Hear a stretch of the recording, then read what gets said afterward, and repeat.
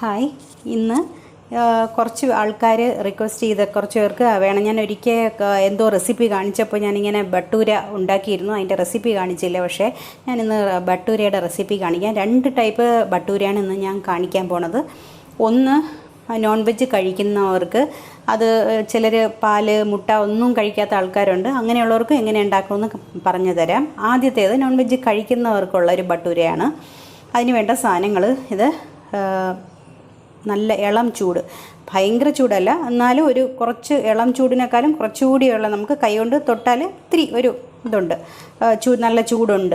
പിന്നെ പാല് ഞാനിപ്പോൾ 2 ഇതിലും കൂടെ 2 പ്രാവശ്യം കുഴയ്ക്കാനുള്ളതും കൂടി എടുത്തു വെച്ചിട്ടുണ്ട്. ഏകദേശം അരക്കപ്പ് വീതം 2 കപ്പ് മാവിന് ഞാനൊരു അരക്കപ്പ് 1/4 കപ്പ് പാല്. നിങ്ങളുടെ ഇഷ്ടത്തിന് കുറച്ച് കൂടിയാലും കുറഞ്ഞാലും വലിയ വ്യത്യാസമൊന്നും വരാനില്ല.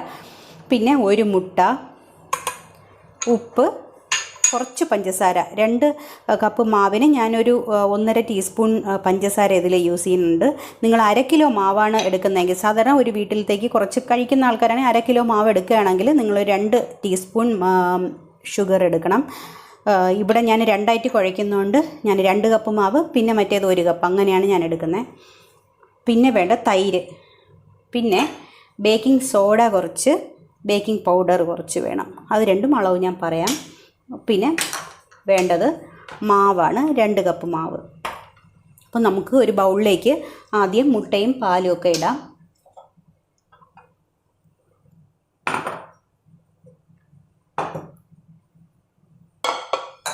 ഈ ബൗളിലേക്ക് നമുക്ക് ആദ്യം മുട്ട ഇടാം.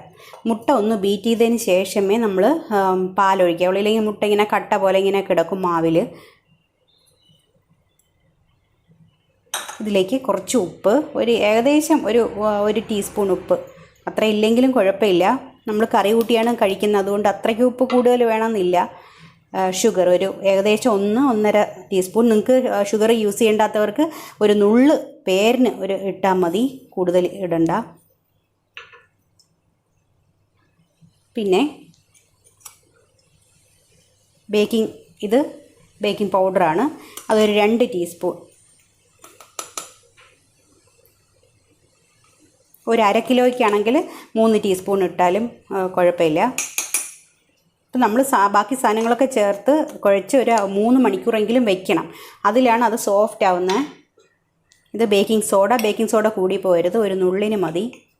പേരിന് അതൊന്ന് മൊരിഞ്ഞ് കിട്ടാനും വെന്ത് കിട്ടാനും മാത്രമാണത്, ഇല്ലെങ്കിലും കുഴപ്പമില്ല. ഇനി നമുക്കിതിലേക്ക് കുറച്ച് തൈര്,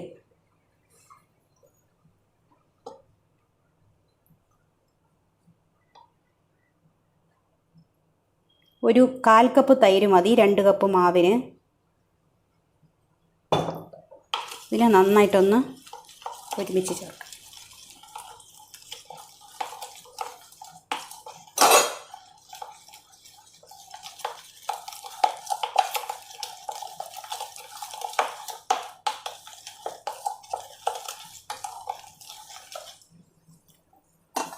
ഇനി ഇതിലേക്ക് നമുക്ക് ഈ പാല് കുറച്ച് ഒഴിച്ച്, ഇത് ചൂടുള്ള പാലാണ്, എന്നാലും നമുക്ക് കൈ കൊണ്ട് തൊടാൻ പറ്റുന്ന മാതിരി ചൂടായിരിക്കണം, അല്ലെങ്കിൽ മുട്ട അങ്ങ് വെന്ത് പോവും.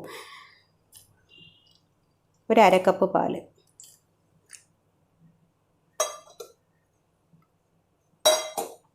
ഇതിനെയും കൂടി ഒന്ന് മിക്സ് ചെയ്തതിന് ശേഷം നമുക്ക് മാവിടാം.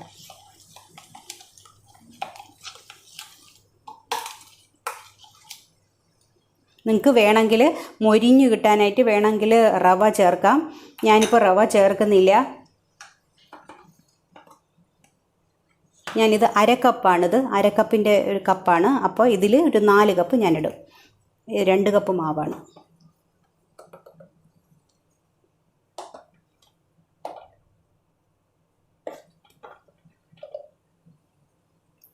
ഇത് 4 കപ്പ് ഇട്ടു. ഇനി നമുക്കിത് പതുക്കെ കുഴയ്ക്കണം. അപ്പോൾ വേണമെന്നുണ്ടെങ്കിൽ കുറച്ച് വെള്ളം ഒഴിച്ചു കൊടുത്ത്, അതിനാണ് ഞാൻ ഈ ചൂടുവെള്ളം എടുത്തു വെച്ചത്.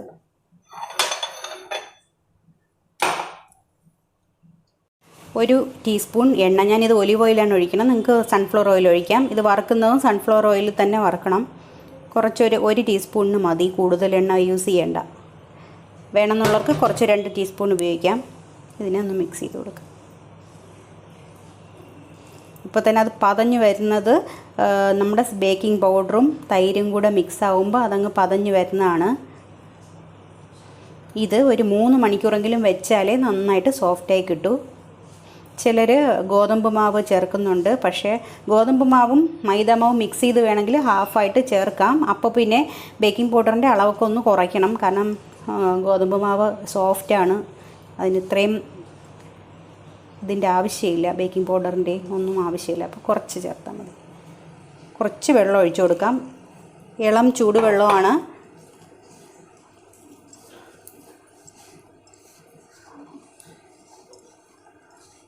ആദ്യം ഒന്ന് മിക്സ് ചെയ്ത് പതുക്കെ മാവെല്ലാം എല്ലാ ചപ്പാത്തിക്കായാലും എന്തിനും കുഴയ്ക്കുമ്പോഴും നമ്മൾ ആദ്യം ലൈറ്റായിട്ട് കുഴച്ചിട്ട് പിന്നെ നമ്മൾ നന്നായിട്ട് കുഴയ്ക്കാവൂ. ഇത് നന്നായിട്ട് കുഴച്ചു. ഇതിൻ്റെ പുറത്ത് കുറച്ച് എണ്ണ ഒഴിച്ച് പുരട്ടി വയ്ക്കണം.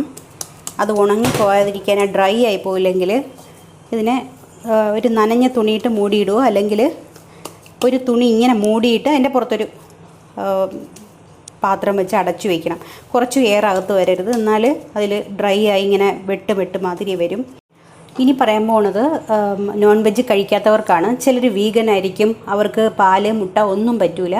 അങ്ങനെയുള്ളവർക്ക് വേണ്ടി ഞാനൊരു കാര്യം പറയാം. ഇതിപ്പോൾ ഞാൻ പാല് യൂസ് ചെയ്യുന്നുണ്ട്. അതല്ല, നിങ്ങൾക്ക് പാലും യൂസ് ചെയ്യേണ്ട മുട്ടയും യൂസ് ചെയ്യണ്ടെങ്കിൽ നിങ്ങൾ ചെയ്യേണ്ടത് മാവും പിന്നെ ഇത് ബ്രെഡ് ക്രംസാണ്. ഇത് നമ്മുടെ ബ്രെഡിൽ ലാസ്റ്റ് ഇരിക്കുന്ന പാർട്ടൊന്നും ആരും കഴിക്കൂലല്ലോ. അതിനെ മിക്സിയിലൊന്ന് ബീറ്റ് ചെയ്തെടുക്കണം, ഇല്ലെങ്കിൽ അവിടെ വലുതായിട്ട് ഇങ്ങനെ കിടക്കും. അതിനെ നമുക്ക് ഇതിലേക്കിടാം. ശരിക്കും ഈ ബ്രെഡും യൂസ് ചെയ്യൂല. ചിലർക്ക് ഈസ്റ്റ് അലർജി ആയിരിക്കും, ചിലർക്ക് പാൽ അലർജി ആയിരിക്കും. അങ്ങനെയുള്ളവർക്ക് വേണ്ടി ഞാനൊന്ന് പറഞ്ഞുതരാം. മാവും അതിൽ ഒരു കപ്പ് മാവാണ് നിങ്ങൾ യൂസ് ചെയ്യുന്നതെങ്കിൽ അതിൽ 1 കപ്പ് അരക്കപ്പ് മൈദയും അരക്കപ്പ് ഗോതമ്പ് മാവും, അതല്ലെങ്കിൽ 1 കപ്പ് മൈദ തന്നെ എടുത്താലും മതി. കുറച്ച് പഞ്ചസാര, കുറച്ച് ഉപ്പ്, ഒരു അരക്കപ്പ് സോഡ, നമ്മുടെ സോഡ വെള്ളമില്ലേ അതിനെ യൂസ് ചെയ്യണം. അത് യൂസ് ചെയ്ത് കുഴച്ച് ഇത്രയും സമയം വച്ചിരുന്നാൽ നല്ല സോഫ്റ്റായി കിട്ടും. പിന്നെ ഇതിൻ്റെ അത്രയും പെർഫെക്ഷൻ വരില്ല. പിന്നെ നമുക്ക് അങ്ങനെ കഴിക്കേണ്ടെന്നുണ്ടെങ്കിൽ അങ്ങനെ ചെയ്യാം. ഇപ്പോൾ ഞാനിതിൽ യൂസ് ചെയ്യണത് ബ്രെഡ് ക്രംസ് ആണ്. ഞാൻ അതിൻ്റെ ബാക്കി ഇരുന്ന ഈ ലാസ്റ്റ് പാർട്ട് ഉണ്ടല്ലോ, അതിനെ ഞാൻ മിക്സിയിൽ അടിച്ചെടുത്തതാണ്. ഇതിലേക്ക് ഉപ്പും കുറച്ച് പഞ്ചസാര, 1 കപ്പ് മാവാണ് ഞാൻ കുഴയ്ക്കാൻ പോണത്. അപ്പോൾ ഏകദേശം ഒരു 1/4 സ്പൂൺ പഞ്ചസാര ചേർത്തു. നല്ല മധുരത്തിലൊക്കെ ബട്ടൂര ഇഷ്ടമുള്ളവർക്ക് അങ്ങനെ. ഇതിനെ ഞാൻ കുറച്ച് സമയം, ഇളം ചൂട് പാലാണ്, ഇതിനെ കുറച്ച് സമയം ഞാൻ സോക്ക് ചെയ്യാൻ വയ്ക്കുകയാണ്. ഇതിൽ തൈര് യൂസ് ചെയ്യുന്നില്ല, പാല് മാത്രം. അപ്പോൾ പാല് യൂസ് ചെയ്യാത്ത ആൾക്കാരാണെങ്കിലാണ് ഞാൻ പറഞ്ഞത് സോഡ വെള്ളം യൂസ് ചെയ്യാൻ. ഒരു നുള്ള് സോഡാപ്പൊടിയും കൂടി ഇടാം. ഇതിലും നിങ്ങൾക്ക് വേണമെങ്കിൽ റവ ചേർക്കാം, പക്ഷേ ഒരു ഹാർഡായി പോവും ചിലപ്പോൾ. മറ്റേതൊക്കെ തൈരൊക്കെ ചേർക്കുന്നതാണല്ലോ. അപ്പോൾ ഇതിനെ നന്നായിട്ടൊന്ന് മാഷ് ചെയ്ത് കൊടുക്കാം.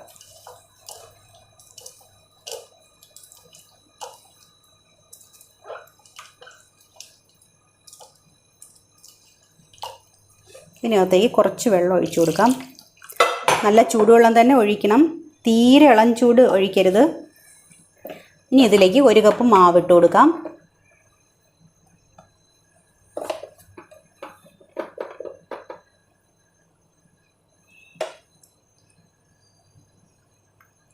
ഒരിത്തിരി ഒലിവ് ഓയിൽ ഒഴിച്ചു കൊടുക്കാം. സാധാ സൺഫ്ലവർ ഓയിൽ ഒഴിച്ചാലും മതി. ഞാനിപ്പോൾ എൻ്റെ കയ്യിൽ കിട്ടിയത് ഞാനങ്ങ് ഒഴിച്ചു എന്നേ ഉള്ളൂ, നിങ്ങളുടെ ഇഷ്ടം.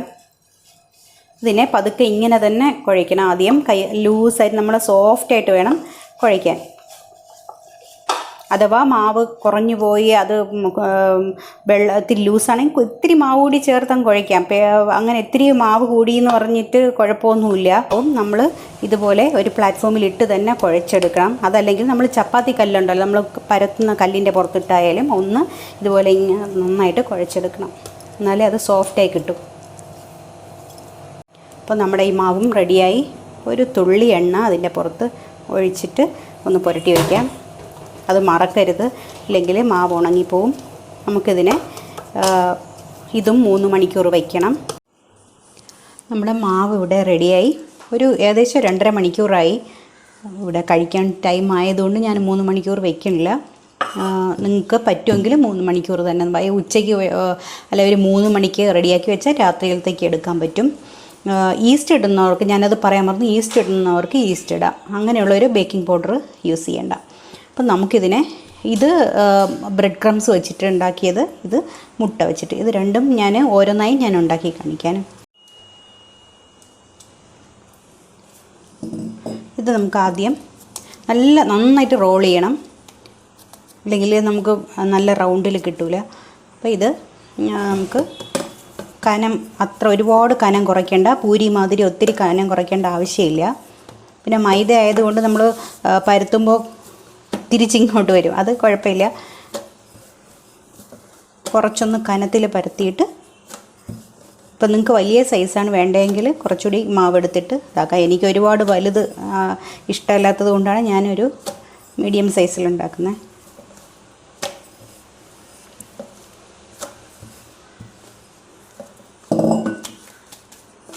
അപ്പോൾ ഇതിനെ നമുക്ക് വറുത്തെടുക്കാം. ഈ മാവ് നമ്മൾ ബ്രെഡ് ക്രംസ് വെച്ച് കുഴച്ചതാണ്.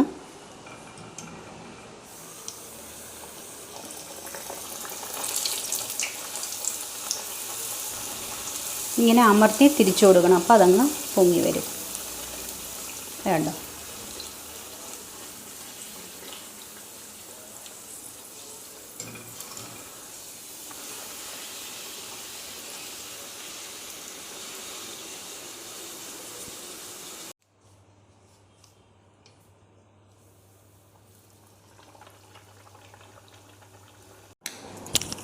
അപ്പം നമ്മുടെ ബട്ടൂര റെഡിയായി. ഞാൻ അതിൻ്റെ കൂടെ ബീഫ് കറിയാണ് യൂസ് ചെയ്യുന്നത്.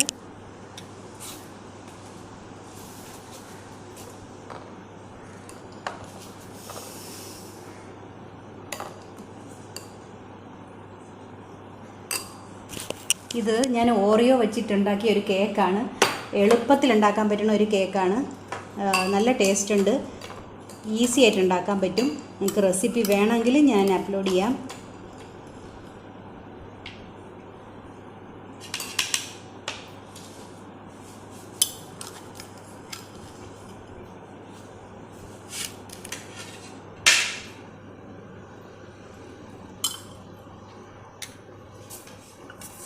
അപ്പോൾ ഇന്നത്തെ വീഡിയോ എല്ലാവർക്കും ഇഷ്ടമായെങ്കിൽ കണ്ടിട്ട് കമൻസ് അറിയിക്കണം. പിന്നെ എല്ലാവരും ട്രൈ ചെയ്ത് നോക്കണം. എല്ലാവർക്കും ബട്ടൂരയുടെ റെസിപ്പി വേണമെന്ന് പറഞ്ഞിരുന്നു, പലർക്കും അറിയാമായിരിക്കും. അറിഞ്ഞുകൂടാത്തവർക്ക് വേണ്ടിയിട്ടാണ് ഇന്ന് ഞാനിത് കാണിച്ചത്. അപ്പോൾ എല്ലാവരും ട്രൈ ചെയ്ത് നോക്കാം. അടുത്ത വീഡിയോയിൽ കാണാം.